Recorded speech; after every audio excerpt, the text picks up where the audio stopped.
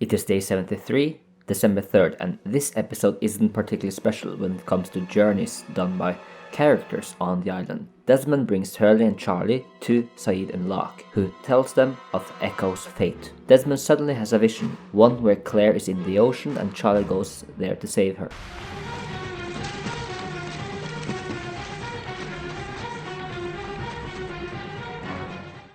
Desmond saves Claire from drowning. The remainder of the day has tons of stuff happening on Hydra Island, events seen in episode 6, 7 and the upcoming 9th episode. The rest of the day is a day of drinking. Desmond pins Charlie, telling him he doesn't want to know what happened to him, but eventually tells him that he has been foreseeing Charlie's death.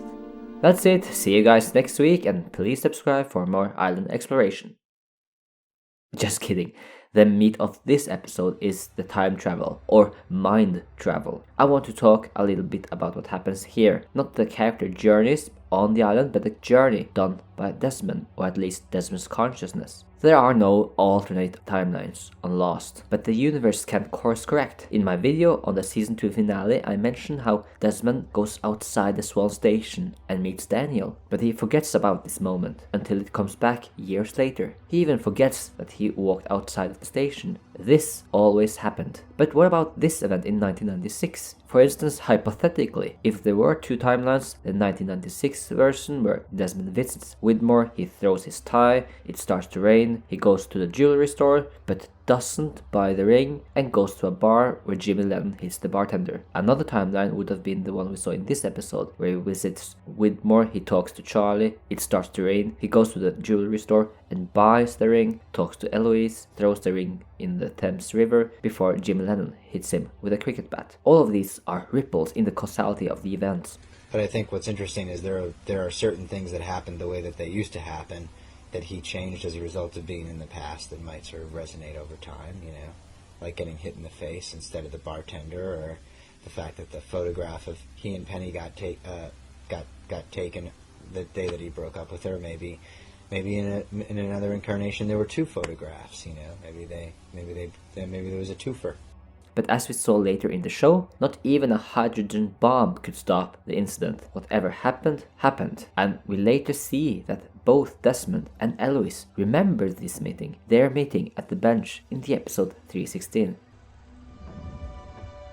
I'm sorry to have to tell you this, Desmond, but the island isn't done with you yet. This woman cost me 4 years of my life, 4 years I'll never get back, because you told me that I was supposed to go to that island. There was my bloody purpose. Just as it's your path to go to the island. You don't do it because you choose to, Desmond. You do it because you're supposed to. The events we see in this episode was not a dream. They took place, both for Eloise and for Desmond. Therefore, something happened to Desmond's memories and perception of reality. I've laid out a timeline on how I think his journey and consciousness exists in this timeline. He grows up like any other scout, everything in his past still happened. It is when he paints the flat red and falls down when 2004 Desmond takes over. The 1996 Desmond still exists. His body is the same, but as mentioned by the YouTube series Lost Explained, it's like if 1996 is back in the passenger seat while 2004 Desmond drives the car. It's similar to what happens in The Constant, only it is his 1996 consciousness which jumps to the future. Everything still happened. The visit to Widmore, him throwing the tie, it starting to rain, the conversation between him and Eloise always happened, and so did this conversation between him and his friend Donovan. Which part? The island full of mysterious hatches, or the computer which keeps the world from ending? No. This is really cool because that would freak out Donovan when in 5 years he would hear that Desmond has gone missing in the Pacific Ocean in a boat race. Desmond told him the entire story. Would Donovan possibly rush to Penny, mention that Desmond is alive on an island and tell her everything Desmond told her? Would that kickstart her research, which would also involve her father's knowledge of the same place? I like this idea. Ultimately, Desmond always broke Penny's heart. It is the next time Desmond has a concussion when something otherworldly happens. He's hit in the head with a bat. his 2004 consciousness jumps back to 2004, while the 1996 consciousness reappears back to the present and drives the car. The show likes to play a lot with unconsciousness. Prophetic dreams can happen, or Sun's disability of not speaking English. In this case, his 2004 consciousness jumped back to the grass field, but when this Desmond looked back at these events, he remembered them quite hazy. Did he wake up at the hospital from a bad concussion? Concluded that it was a night of heavy drinking? Very likely. But what about Miss Hawking? Many people like the idea of Daniel's journal being her source of knowledge, but I'm not a fan of this theory, since it seems unlikely that the journal would contain the information about the various deaths by the man with the red shoes, and the fact that the journal stops in 2004. But she has knowledge of stuff up to 2007. I'm sorry to have to tell you this, Desmond, but the island isn't done with you yet. And Jack kept the journal back in 1977. Are you done with Faraday's journal? Take it.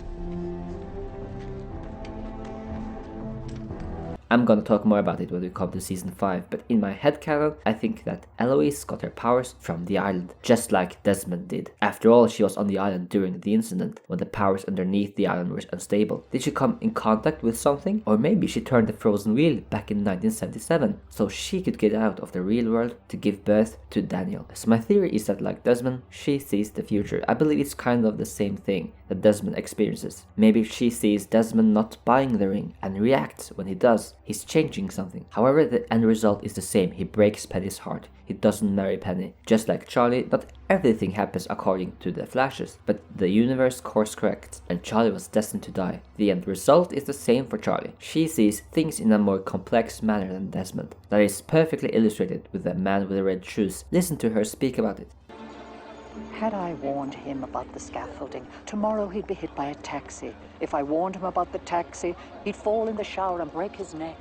This suggests to me that she's been doing this for a long time. She might have tried to save people, random people in the streets that are just about to die, but the next day she sees them again in a different death scenario. Her character is introduced as an oracle, almost like the trope oracular urchin, which is described as a usually female, small and fey in a disturbing way. The oracular urchin knows more about the future or the present than she really should. Her first scene in the ring shop is quite fun when observing all the details around her. After all, the ring shop is not a ring shop in real life Hawaii, and the crew decided to keep a lot of the clocks around her. And then we have the very iconic scene at the bench. This scene is also very reminiscent of the scene in The Matrix Reloaded, when the Oracle sits down on the bench with Neo and offers him candy and then explains the future. Candy? You already know if I'm going to take it? Wouldn't be much of an oracle if I didn't. But if you already know, how can I make a choice? Because you didn't come here to make the choice. You've already made it. You're here to try to understand why you made it. Law's crew even placed care into Hawking's costume design. Within its very distinct Ouroboros spin, it automatically connects her to something more magical. In its original Egyptian context, it symbolized repetition, renewal, and the eternal cycle of time. The episode has a very classical structure of tales of people acquiring a power that they don't understand at first.